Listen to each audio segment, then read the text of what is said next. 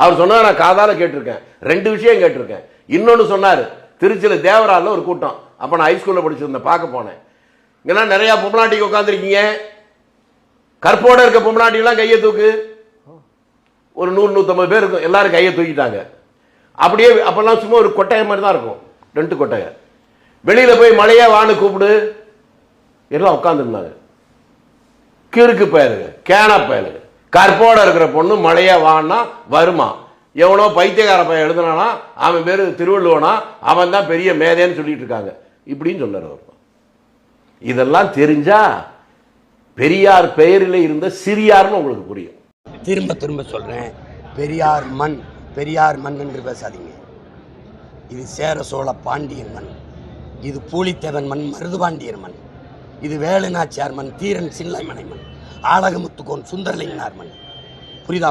ஒரு நல்ல இது பெரும்பிடுது முத்தரையன் மண், இது கொடிகாத்த குமரன் மண், செக்கிழுத்த செம்மல் என் பாட்டன் வாவுசி மண், இது முத்துராமலிங்க தேவர் என்கிற தெய்வ திருமகன் மண், பெருந்தலைவர் காமராஜன் என்கிற மண், எங்கள் தாத்தா கக்கனுடைய மண். ஒவ்வொருத்தரும் வாரம் பெரியார் மண் பெரியார் மண் கோடாதறி வந்துடும். இது என் மண், தமிழ் மண். எங்களுக்கு பெரியார் மண் இல்லை, பெரியாரே ஒரு மண்ணு தான் எங்களுக்கு, வேற ஏதாவது